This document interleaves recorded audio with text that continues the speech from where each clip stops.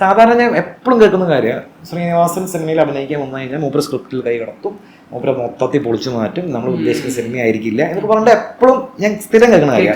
എൻ്റെ ജീവിതത്തിൽ ഇതുവരെ ഈ കഴിഞ്ഞ 2 സിനിമയിലും ശ്രീനേട്ടൻ അത് വേണ്ട ഇത് വേണം എന്ന് പറഞ്ഞിട്ടില്ല. Zero indifference. അത് കഴിഞ്ഞിട്ട് യൂട്യൂബ് പ്രൊഡ്യൂസ് ആ ചാനൽ സ്ക്രിപ്റ്റ് വായിച്ചപ്പോൾ എന്നോട് ഒരു one scene extremely harsh and writing.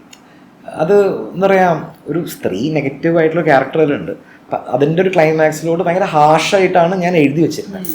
അപ്പം എന്നോട് പറഞ്ഞോളാം ഇതൊന്ന് ടോൺ ഡൗൺ ചെയ്യുന്നു പറഞ്ഞു. ടോൺ ഡൗൺ ചെയ്യുന്നു. അപ്പം ഞാൻ പറയാം എന്തിനൊന്നും ചോദിച്ചു. അപ്പോൾ ഞാൻ പറയാം അത് വില്ലൻ ക്യാരക്ടർ അല്ലേ?